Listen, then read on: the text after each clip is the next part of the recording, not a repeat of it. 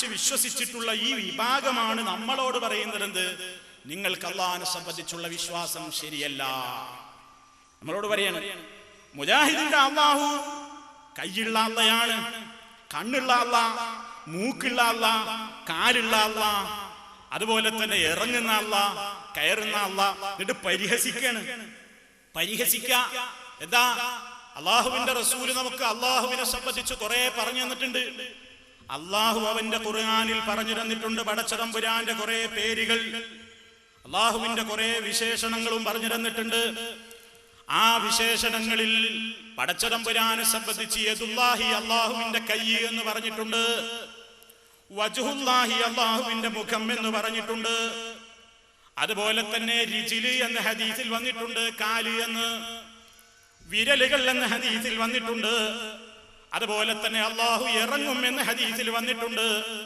ഏതുപോലെ പടച്ചതമ്പുരാൻ തന്നെ വിശദീകരിച്ചല്ലോ, യൻസിലു റബ്ബുനാ തബാറക വതആല ഇലസ്സമാഇ ദുനിയാ. എല്ലാ രാത്രിയിലെയും അവസാനത്തെ യാമങ്ങളിൽ അല്ലാഹു സുബ്ഹാനഹു വ തആല ഒന്നാം ആകാശത്തിലേക്ക് ഇറങ്ങി വരും. അല്ലാഹ് എല്ലാ ദിവസവും ഒന്നാം ആകാശത്തിലേക്ക് ഇറങ്ങി വരും.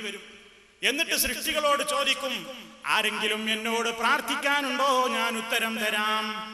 ആരെങ്കിലും എന്നോട് ചോദിക്കാനുണ്ടോ? ഞാൻ അവന് ഉത്തരം തരാം. ആരെങ്കിലും എന്നോട് പാപമോചനത്തിന് അർത്ഥിക്കാനുണ്ടോ? ഞാൻ അവന് ഉത്തരം തരാം. എന്നിങ്ങനെ അള്ളാഹു ചോദിക്കുന്ന നേരമാണത് എന്ന് നമുക്ക് ഹദീസുകളിൽ കാണാം. ഇങ്ങനെ സുഹൃത്തുക്കളെ, അള്ളാഹുവിനെ സംബന്ധിച്ച് അവന്റെ കൈ, അവന്റെ മുഖം, അവന്റെ ഇറങ്ങൽ, അവൻ അർശിൽ ഉപവിഷ്ടനായി, സിംഹാസനത്തിൽ ഉപവിഷ്ടനായി എന്നൊക്കെ പറയുമ്പോ എന്താ നമ്മൾ മനസ്സിലാക്കേണ്ടത്? ഒരൽപ്പം സുഹൃത്തുക്കളെ, നിങ്ങൾ അതൊന്ന് തല കൊടുത്ത് ചിന്തിക്കണം. എന്താ നമ്മൾ അള്ളാഹുവിനെ കുറിച്ച് അത്തരം കാര്യങ്ങളിൽ വിശ്വസിക്കേണ്ടത്? ഈ ലോകത്തിന് ദീന് പഠിപ്പിക്കാൻ നിയുക്തനായ സയ്യിദുനാ മുഹമ്മദുർ റസൂലുള്ളാഹി, ആ റസൂലുള്ള സഹാബത്തിന് പഠിപ്പിച്ചു കൊടുത്തത് എന്താ? ഖുർആനിൽ വന്നതുപോലെ അങ്ങ് പഠിപ്പിച്ചു കൊടുത്തു. യദുല്ലാഹി എന്ന് പറഞ്ഞപ്പോ അള്ളാഹുടെ കൈ ആ നിലക്കന്നെ അവർ മനസ്സിലാക്കി.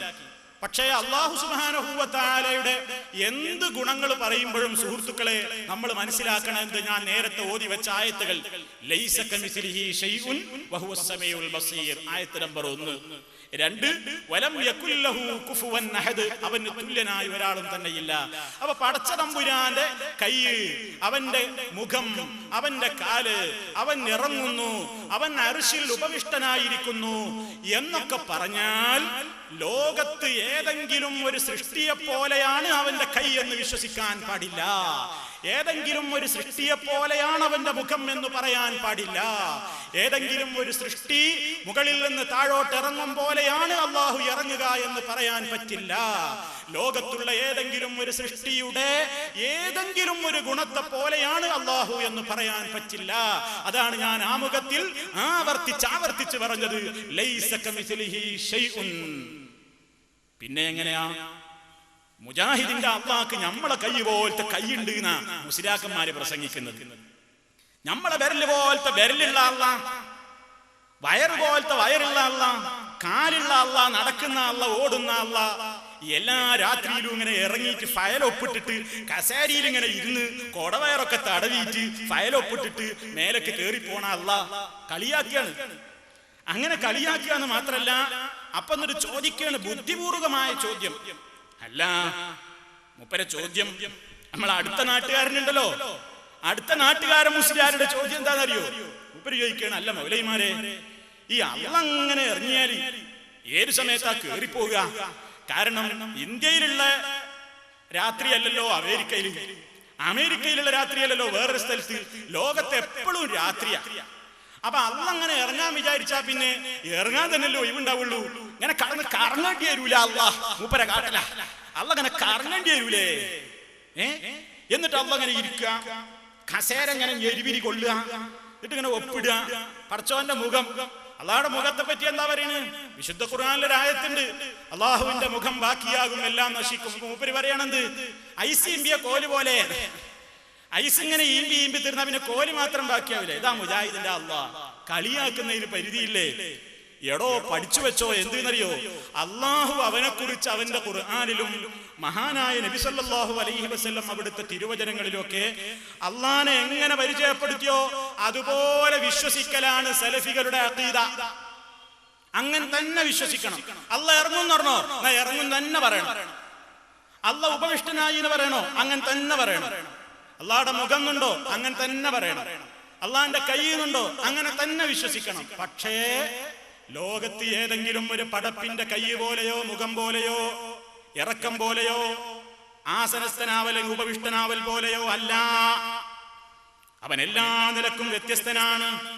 ഇതാണ് മുസ്ലിമീങ്ങൾ പഠിച്ചു വെച്ച അഖീദ. ഇതാ റസൂല് പഠിപ്പിച്ച അഖീദ. ഇതാണ് സഹാബത്ത് പഠിപ്പിച്ച അഖീദ.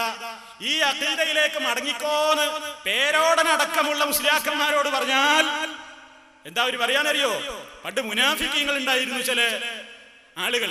ആ മുനാഫിക്കീങ്ങളോട് പറഞ്ഞു റസൂലുള്ളാഹ് വിശുദ്ധ ഖുർആൻ പറയാണ്, വഇദാ ഖീല ലഹും ആമിനൂ കമാ ആമനന്നാസ് ഖാലൂ അനുഅ്മിനു കമാ ആമനസ്സുഫഹാ. അന്നാസാകുന്ന സ്വഹാബത്ത് വിശ്വസിച്ചതുപോലെ വിശ്വസിക്കും കൂട്ടരെ എന്ന് റസൂലുള്ളാഹിയുടെ കാലത്തുള്ള മുനാഫിക്കീങ്ങളോട് പറഞ്ഞാൽ, അന്നത്തെ മുനാഫിക്കിന്റെ നേതാവ് അബ്ദുള്ള